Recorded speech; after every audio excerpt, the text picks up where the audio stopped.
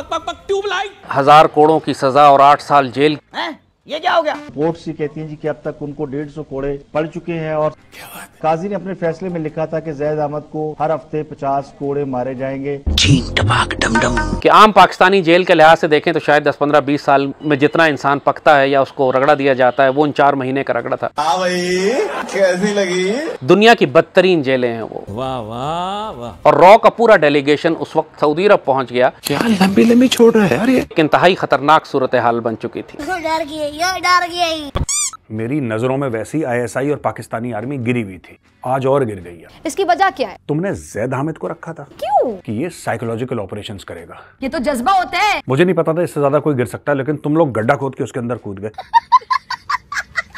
मेरी घरवाली तमाम अरसा ये 4 महीने जो मैंने गुजारे हैं वो मदीने में ही रही। हमारे पास 1 हफ्ते का किराया था और हमने 4 महीने का किराया अदा किया वहाँ। कैसे? ये भी अल्लाह के राजों में से एक राज है। हमको पता है ये गेम क्या है। खुद सऊदी इंटेलिजेंस है, उन्होंने होटल के बिल अदा किए। ये लोगों को एक दिन में करोड़पति बनाया। सऊदी इंटेलिजेंस के साथ जो निगोसिएशंस थी, बातचीत थी, सारी मेरी घरवाली कर रही थी। मुझे मालूम था कि एक आजमाइश है, 1 हफ्ते के बाद खत्म हो जाएगी। पूरी दुनिया में पाकिस्तान का मजाक उड़वा रहे हैं आप लोग। और 4 महीने उस 4 स्टार होटल में हमारी घरवाली रही। कितनी बड़ी ये बेगैरती, ये शर्म नहीं आती आप लोगों को? सब लोग उनसे वहाँ कहते थे कि बीबी आप पाकिस्तान चली जाएं। सवाल ही पैदा नहीं होता। उम्रा करने के लिए पूरी हुकूमत पाकिस्तान वहाँ आती थी, उनके अफसर आते थे। सुनते जाइए। उसी होटल में ठहरते थे जहाँ हमारी घरवाली ठहरी थी। Do what you can. मुसाफिर मैं तेरी मंजिल। जोर जोर से बोल के लोगों को स्कीमें बता दे। नवाज शरीफ की हुकूमत ने सऊदी हुकूमत से कहा, मैंने जैद हामिद के मुंह से कभी कोई समझदार बात ही नहीं सुनी। नाइस। पागल आदमी है, जो मर्जी करे। The next day. मैं कत्ल हो गया हूँ, मारा गया हूँ। समझ रहे हो?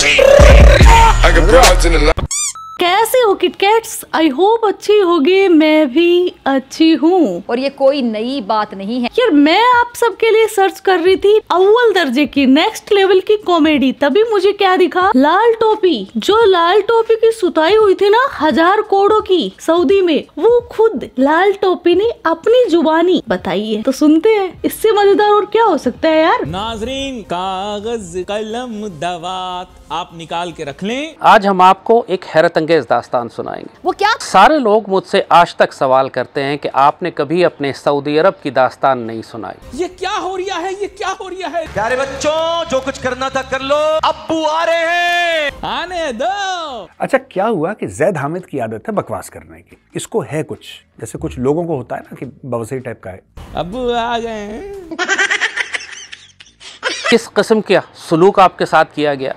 ट्यूबलाइट। 1000 करोड़ की सजा और 8 साल जेल। लाल टोपी के लिए कुछ अर्ज किया है। लाल लाल चिल्लाएगा, सारा गजवा हिंद उसके पिछवाड़े में घुस जाएगा जब सऊदी का कोड़ा खाएगा। बोलो वाह वाह वाह वाह वाह वाह। ये गया सऊदी अरब। सऊदी अरब की हुकूमत ने जेल में डाला। आखिर क्यों? सऊदी अरब पहुंच के सऊदी अरब को मुसलमान बनना सिखा रहे थे कि तुम कैसे बेहतर मुसलमान बन सकते हो, तुम में क्या कमियां हैं। सऊदी अरब हुकूमत के खिलाफ कोई बयान दिया, बहुत सारी खुराफात जिनकी वजह से मुझे जेल जाना पड़ा। सऊदी अरब ने बोला कि अच्छा तुम बहुत बोलती हबीबी है, चलो आओ हमारे मेहमान बनती, तुम्हें रोज रोज खजूर खिलाती। कंफर्मेशन हो गई है जी कि उनको लैशेस वहाँ पे कोड़े मारे जा रहे हैं। तो शेख ने पकड़ के उसको जेल में डाल दिया, 8 साल की जेल, और बोला कि अंग विशेष पे 1000 कोड़े पड़ेंगे। कोर्ट से कहती है जी कि अब तक उनको 150 कोड़े पड़ चुके हैं और काजी ने अपने फैसले में लिखा था कि जैद अहमद को हर हफ्ते 50 कोड़े मारे जाएंगे। चीन टपाक डम डम। चीन टपाक डम डम। इसकी बजाई जाती थी। सॉलिटरी कन्फाइनमेंट पे उन्होंने मुझे अगले 21 दिन तक रखा और सख्त तरीन इंटेरोगेशन। किस्त होती है ना, कोड़ों की किस्त होती है,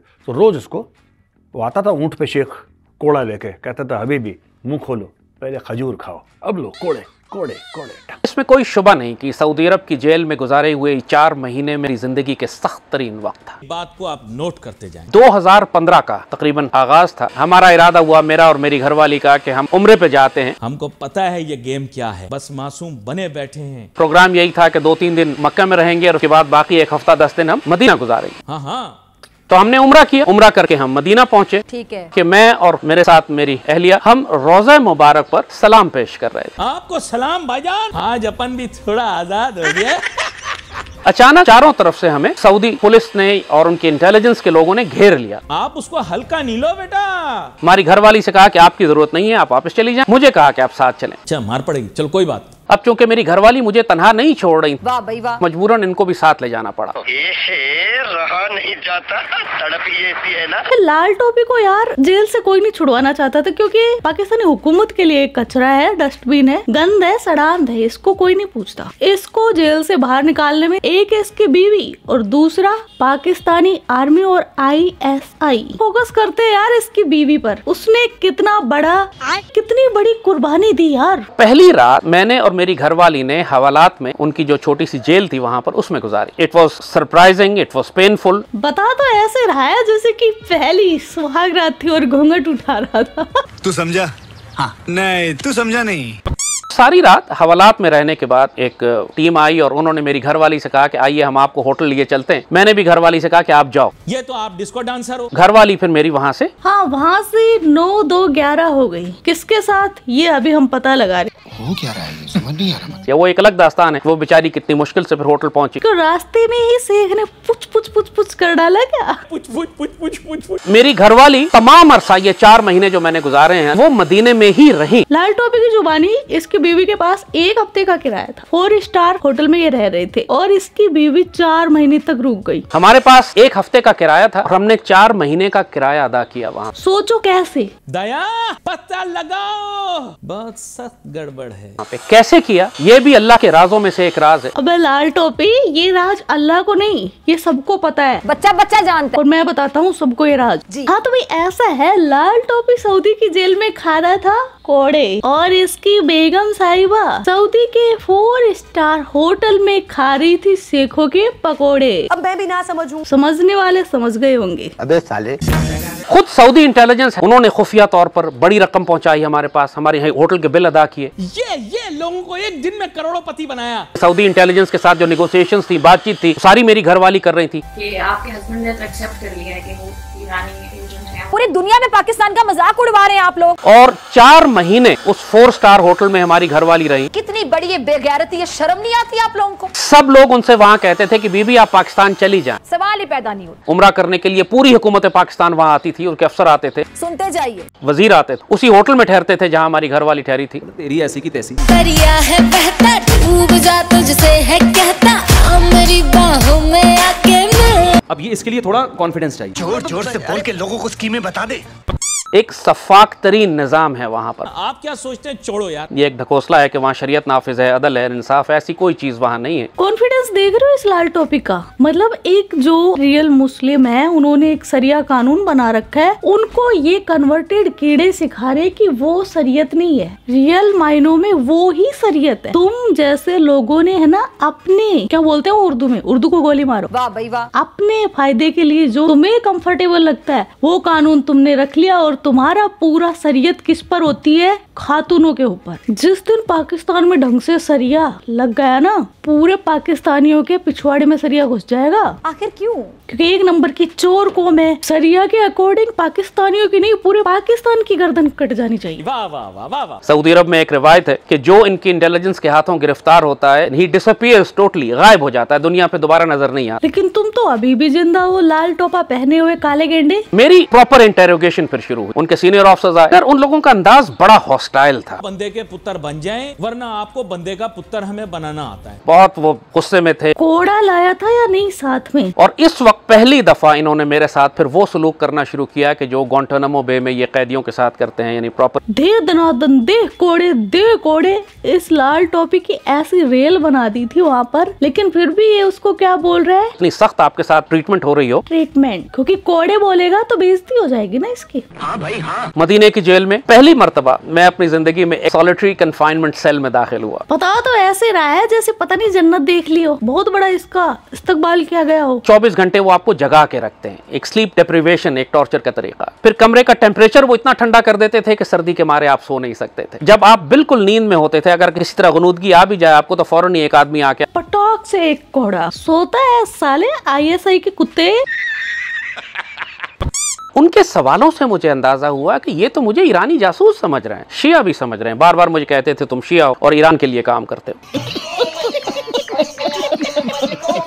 जाहिर है बहुत सख्त वक्त है वो। एक जमाना था जब वापस जब ये पाकिस्तान आया, बोला कि ज़ैद अहमद साहब अस्सलाम वालेकुम। आपको सलाम भाईजान। तशरीफ रखिए। तो जैसे ही बोलते थे तशरीफ रखिए तो उसकी रूह कांप जाती थी, औंधे मुंह लेट जाता था। क्यों? क्योंकि इसकी तशरीफ कर दी थी शेखों ने लाल। बड़ी शिद्दत और सख्ती जैसे जहन्नुम के दारोगा होते। मैं लाल टोपी, तूने जहन्नुम के दारोगा को देखा है क्या? उस तरह उनका सख्ती और बात करने का अंदाज। 21 दिन तक इन्होंने तकरीबन मुझे सोने नहीं दिया। आप समझ रहे हैं? जिस आदमी ने सारा फीडबैक उनको दिया झूठ पर मबनी मुझे कत्ल कराने के लिए, अब जरा दिल थाम के उस नाम को सुनिएगा। कौन? वो शख्स ताहिर अशरफी था जो आज इमरान हुकूमत के अंदर इतना लाइलब और जाहिल आदमी है। मैंने ज़ैद हामिद के मुंह से कभी कोई समझदार बात ही नहीं सुनी। पागल आदमी है, जो मर्जी करे। खड्डा खत्म, फुल फिनिश। ये तो बहुत अरसे से मुझे कत्ल कराने की कोशिश कर रहा था। अरे बाबा! नवाज शरीफ की हुकूमत ने सऊदी हुकूमत से कहा, जाहिर है उन्होंने सरकारी तौर पर पूछा कि जी आपका एक आदमी हाई प्रोफाइल हमने पकड़ा है, वो जासूस है, तो आप क्या कहते हैं इसके बारे में। ना ही जो है पाकिस्तान की फॉरेन पॉलिसी के अंदर हम किसी का सपोर्ट करते हैं। नवाज शरीफ की हुकूमत ने सऊदी गवर्नमेंट से कहा हमें इस शख्स की जरूरत नहीं है, आप रख लें, जो चाहे करें, मारें, कत्ल करें, वी डिसओन हिम, हम इससे लाताल्लुकी का इजहार करते हैं। क्या नवाज शरीफ बेशक कार्टून रहा हो, लेकिन यहाँ पर उसने जो डिसीजन लिया मानना पड़ेगा। अरे इसको मारो, कुटो, और चाहे इसको कोड़े मार मार कर लाल टोपा से इसका लाल चड्डा बना दो। अब कोई चांस नहीं था कि मेरी रिहाई का। साला ये दुख का खत्म नहीं होता बे। 65 दिन के बाद मैंने पहली दफा सूरज देखा। 5 मिनट की फोन कॉल दी मेरी घरवाली। पहली दफा मालूम हुआ कि वो खैरियत से हैं। मुझे मेरी घरवाली ने बताया कि सुषमा स्वराज जो इंडियन फॉरेन मिनिस्टर थी उस वक्त, सुनते जाइए, और रॉ का पूरा डेलीगेशन उस वक्त सऊदी अरब पहुंच गया और सऊदी हुकूमत से उन्होंने ये तकाजा किया कि ज़ैद हामिद को हमारे हवाले कर दो। ये पाकिस्तानी कौम इतनी नमक हराम कौम है, ये पाकिस्तानियत छोड़ सकती है लेकिन एक चीज से बाज नहीं आती, और वो है झूठ बोलने से। पहली बात तो सोचो, इनकी हुकूमत ने बोल दिया कि एक नंबर का पगलेट है, इसका कोई काम नहीं है। दूसरी तरफ ये बंदा इतनी बड़ी बड़ी फेंक रहा है, बोल रहा है कि राह गई थी इसको लेने के लिए। अब यहाँ पे बात बहुत खतरनाक हो गई थी। क्यों भाई? क्योंकि पाकिस्तानी हुकूमत मुझे डिसोन कर चुकी थी। सुनते जाइए, सऊदी मुझे कत्ल करना चाहते। My God! इंडियंस पहुंच गए थे, सुनते जाइए, डिमांड कर रहे थे कि मुझे एक्स्ट्राडाइट कर दिया जाए इंडिया की जाने। अबे लाल टोपी, तुम वो गंध हो जिसकी जरूरत तुम्हारी खुद की हुकूमत को नहीं थी, तो झाटू हमारे मुल्क में लाकर कौन सा तुमसे हम झाड़ू लगवाते।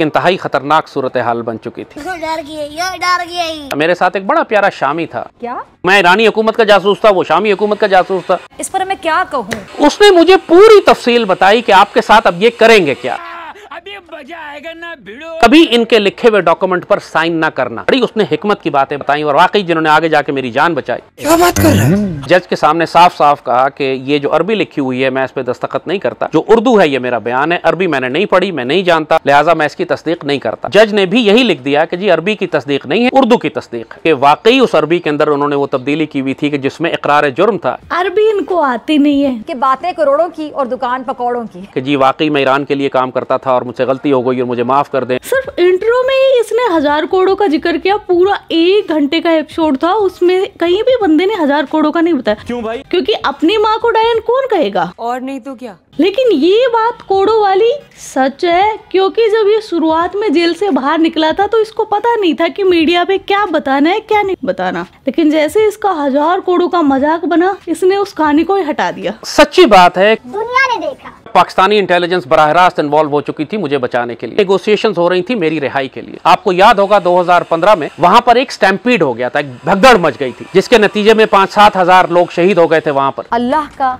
लाख लाख शुक्र है। और उस घबराहट और खौफ में सऊदियों ने घबराहट में ओके कर दिया कि ठीक है आप इनको निकालिए और ले जाइए और निकल जाइए यहाँ से। अब आप देखें कि रिहा उन्होंने कर दिया। खैर, अब आप सोच रहे होंगे कि पाकिस्तान की जो फौज है और ISI उसने इसको क्यों बचाया, मतलब उनको क्या पड़ी थी। तो ये जो लाल टोपी है ये उनका पालतू टट्टू है, ये उनको एडवाइस देता है, पता नहीं कुछ तो है ये वहाँ पर कि ये साइकोलॉजिकल ऑपरेशंस करेगा। यही वजह है कि ये लाल टोपी और फिजा खलीफा चाहती है कि पाकिस्तान में मार्शल लॉ लगे। वो दोनों ही हुकूमत के खिलाफ रहते हैं, चाहे वो फिर PTI हो, PMLN हो, PPP, जो भी हो। सही सुन रहे हैं आप, आगे सुनते जाइए।